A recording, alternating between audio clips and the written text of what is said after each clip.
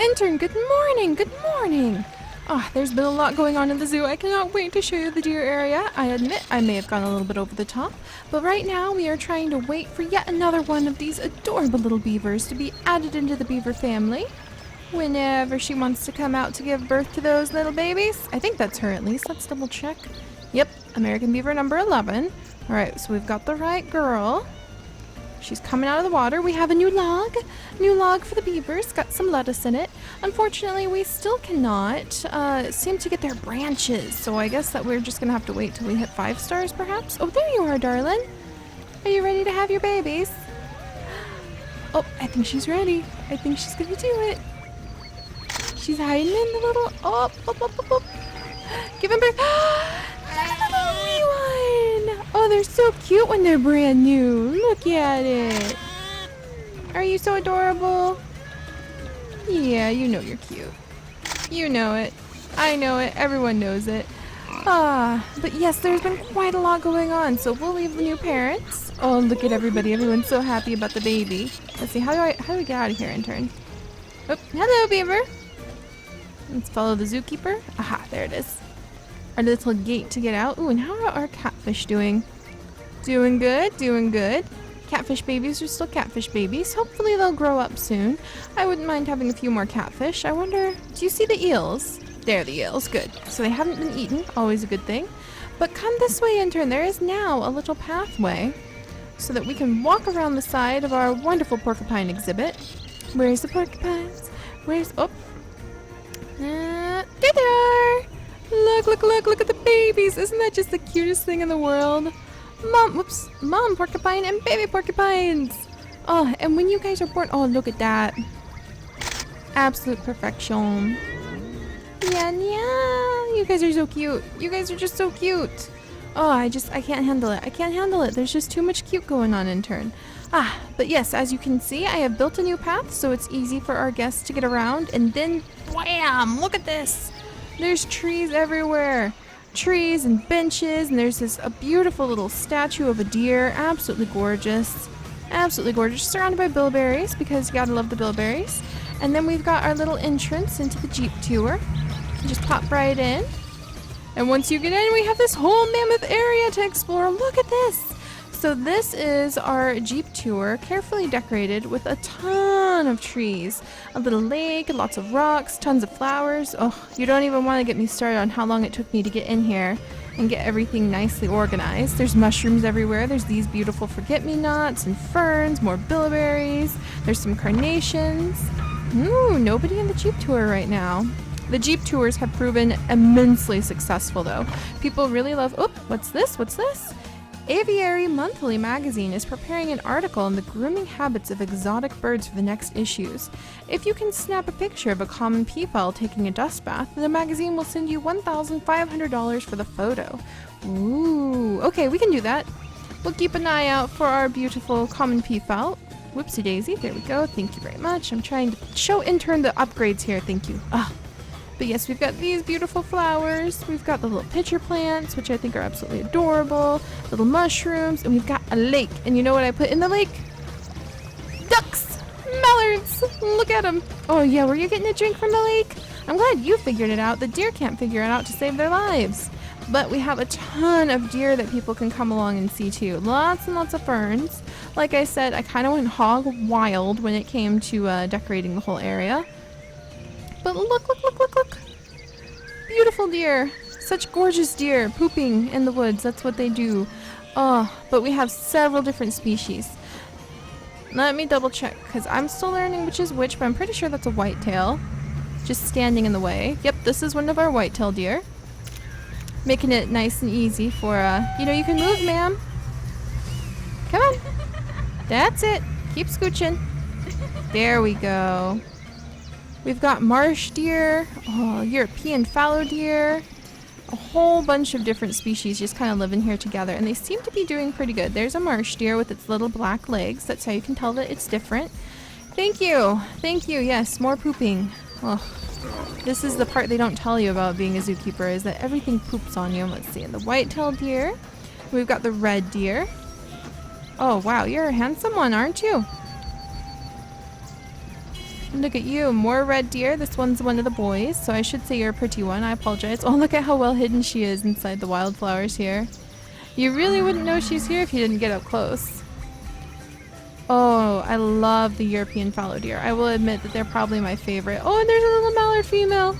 Hi, sweetheart. Oh, I love them. I love them so much. Yeah, you're beautiful.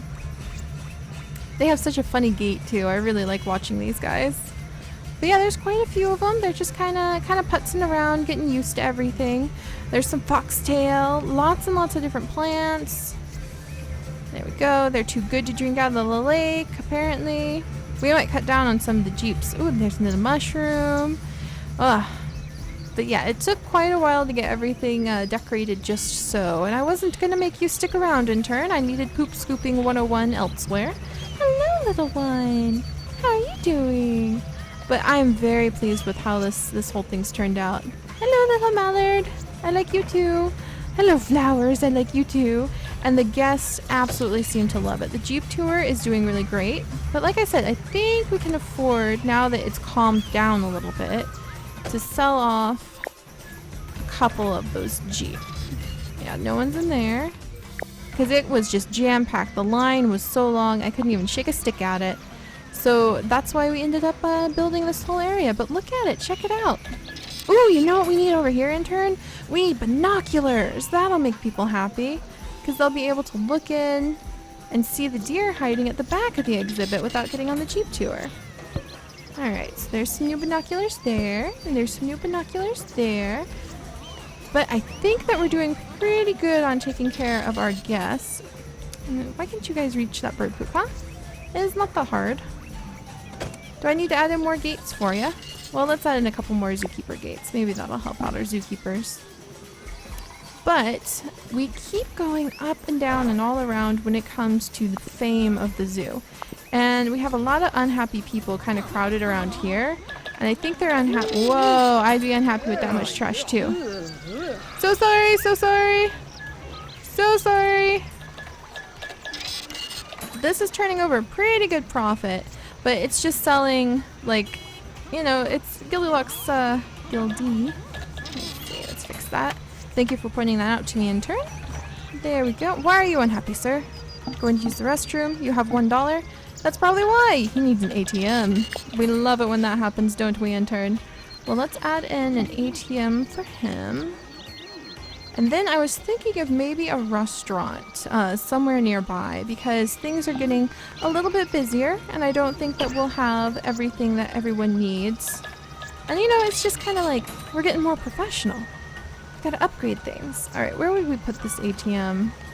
I don't want to I always hate putting them in really super duper obvious places because it's not like I want to steal your money or anything like that. We do need the money, but... Aw, no, it took out my juniper. We'll put a small birch back here. It's between the birches, everyone. Just right over here. Yeah, that's our second ATM, so that should help out anybody who's looking for that. Oh, and speaking of looking for things, we should probably put down a map. But we're hovering pretty strongly at 4 stars, so I'm pretty content. Alright, let's add another trash can in over here. I'm pretty content with how we're doing in the zoo, Intern. I'm thinking that it'll be time to go and check on our Asian forest exhibit pretty soon. The only last thing I kind of want to do is add in the links before we go, just because, you know, I know you were really looking forward to it, and I admit it, so am I. So am I. Alright, let's see. Ah, there we go, the zoo map. So let us add some zoo maps. Yeah, like right there where that little kid's gonna walk. And then maybe another one. Another one kind of over here seems practical. Why are you upset, sir? The zoo's not entertaining enough for you? Just because you were watching a couple of ducks. Well, we're gonna fix that with a cat pretty soon. A big cat. Well, sort of. A lynx can be a big cat. Alright, so I'm thinking we're gonna tuck the lynx over here. And maybe the restaurant too? I wonder if the restaurant would see a lot of business. Probably on the way to the lynx. So, oop, an American Beaver 13 has just given birth. You know, I still can't get their branches. I think I mentioned that to you, Intern. Alright, let's get over here and over there. So we'll put in a lynx and a restaurant, and we might even be able to fit in like another playground or something small over here too. Oh, you know what? We only have one spot for bathrooms right now, don't we? That's possibly not the most comfortable thing for our guests, so let's add another spot while we're thinking about it. Here. Right over here. And actually, I think we have a pretty nice log-themed bathroom now. Let's find out. Ooh, there's the lamp force post. Very nice, very nice. Alright. And it would probably be under here. Aha! There we go, Intern. I knew we had one hiding around somewhere. So I think we can go ahead. There's that. And get... There we go. Put the little forest path down by it, and then let's grab some bilberries, because why not? And put a whole bunch of bilberries down. That's better. That's better. I just like bilberries. It reminds me of like walking up and being able to pick blueberries. There's that. And then maybe a couple little trees. Little tree. Little tree. Little tree. And a juniper. You gotta make it nice and rounded out. Whoops, what's going on here? Ooh! We have gotten $20,000 in marine animal donations, so we can now get the seahorse bouncy ride. That's very useful. Not so much for this particular zone that we're working in, but very useful nonetheless. Let's grab a forest trash can and tuck it right there, because that's a good thing to have outside of bathrooms. Water mongoose is complaining about being in such dirty water. You know, they have not actually made it, so I wonder if we need to try getting them some more water mongoose. What do you think about that, guys? New water mongoose? Ooh, the mallard's pregnant. That makes me happy. I do love ducks. I don't know why. It's just a thing, Intern. Just a thing. Alright, we still need to work on the entrance of the zoo in the future, but I think it is a pretty good self-sustaining little system so far. American Beaver 8 is now pregnant, especially when it comes to beavers. We're doing absolutely fantastic when it comes to beavers. Alright, where are my junipers? I need a low-lying shrubby bush thing. Ooh, or some flowers. I'll take flowers. In fact, I'll take some daisies. Why didn't I think of that? The porcupines are growing up. We might release them to the wild then, if that's the case. Just the young ones, just the young ones. Because that's what we're here for. That's what we're here for. We're trying to, with all of our breeding programs, breed for the sake of conservation. Which means you send them back out to specially designated areas where we hope that they will be able to thrive, stay alive, not get hit by cars or eaten by things. Hello everyone, how are you doing? Porcupine number 2, porcupine number 4. Let's release you to the wild. Porcupine number 1. Porcupine number 3 is still growing up. Somehow it managed to get a little bit younger than its sibling, so we'll just wait on that. There's small birch. That's what I want. It is too inside of the zoo. Silly goose thing. Alright, come here, you. Ah! Okay, fine. No small birch. See if I want you. Freaking small birch being a little weird. Alright, there we go. Get some wildflowers put in the back. The whitetail deer is now pregnant. That's looking good, looking good. How are you guys doing? I mean, look at all of them. They're just so docile and quiet and peeing everywhere. That's fine, that's fine. You guys can be that way. Oh yeah? Don't poke me with your antlers, please. They seem to be getting along alright. Everyone just kind of hangs out in this open grasslands area where they've got some branches to nibble on. Lots of nibbling of the branches. Whoop, there's some calling going on there. Nice. Let's learn a little bit about the various deer. I love the fallow deer. They're absolutely beautiful. Whitetail deer. Oh, mallard's gonna lay an egg. That makes me happy. Let's see, there we go. Alright. The whitetail deer is also known as the Virginia deer, or simply as the whitetail. Central and South America have a complex number of whitetail deer subspecies that range from southern Mexico to as far south as Peru. The whitetail deer is a medium-sized deer native to the U.S., but all but 5 of the states, which makes sense. Probably not Hawaii and Alaska for sure, and then maybe more of the northern areas if they can be found by Mexico. So yep, throughout most of North America, Central and South America. It's been introduced to New Zealand and some countries in Europe, such as Finland, the Czech Republic, and Serbia. In the Americas, it is the most widely distributed wild ungulate. Let's see. Reddish brown coat, large variety of food, including my garden plants. Let's see. That's why we have a Great Dane, believe it or not, Intern, is because Great Danes, well, for many reasons we have a Great Dane, but one of the reasons is that Great Danes are supposed to keep these deer out of our areas. Let's see, yep. Their diet varies by season according of availability of food sources. They will eat hay, grass, white clover, and other food, but if they can't find that they can find in a farmyard. Yes, indeed. What? Whitetail deer have been known to opportunistically feed on nesting songbirds, field mice, and birds trapped in mist nets. Wow, you guys aren't as peaceful as I thought you were. You're all Bambi and Disney-ness, and then you're not because you eat songbirds. I did not know that about whitetail deer. Well, that's fascinating, slightly frightening. Red deer, where are you guys from? Africa, Europe, and Asia. Only the male red-tailed deer have antlers. Ooh, in the Middle Ages, only kings were allowed to hunt deer. Fascinating. Let's see. One of the largest deer species. Inhabits most of Europe, Caucasus Mountain region, Asia Minor, parts of Western and Central Asia. It also inhabits the Atlas Mountain region between Algarve and Tunisia in the southwestern Africa.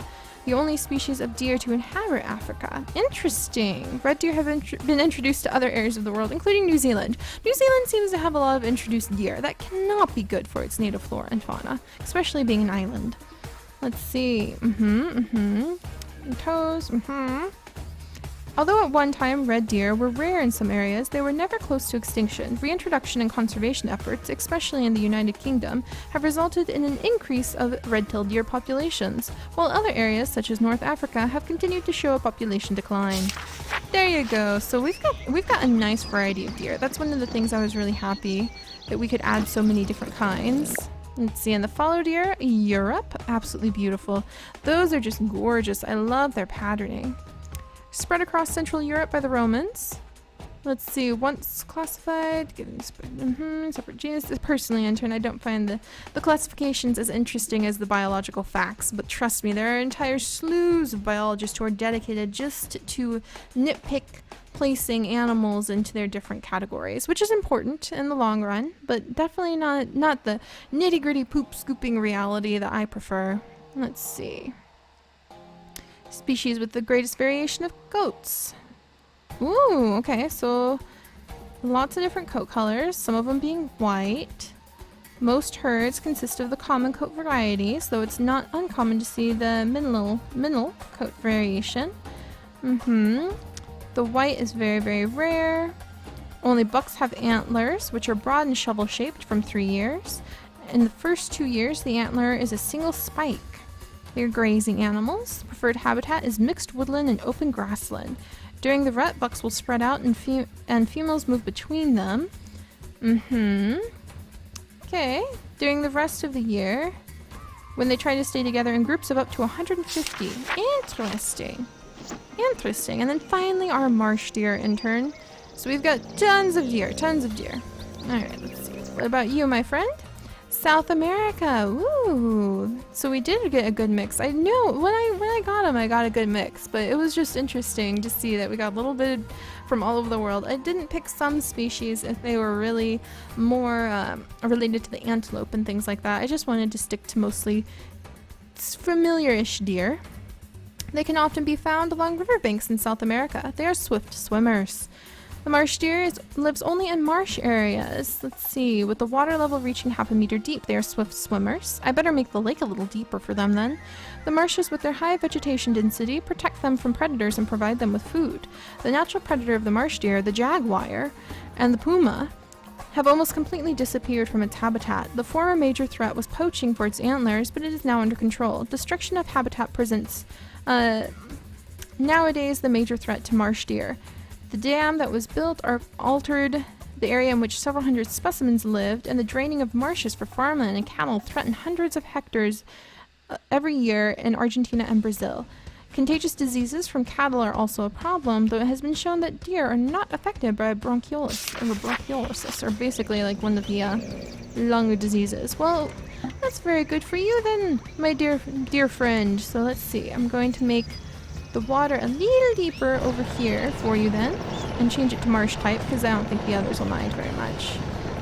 Alright, let's get that in there. Mallard 5 is now pregnant. Wonderful, wonderful. Then we're going to come in, see if I can smooth that out a little bit. Beautiful. So it's a little deeper, but it's not all jaggedy. That looks much better.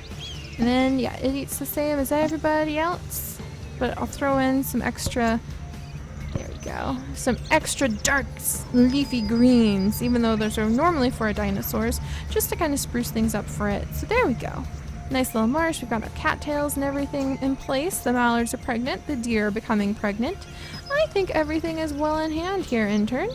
Except for the catfish exhibit. They're still complaining about being smelly, even though we've attended to that.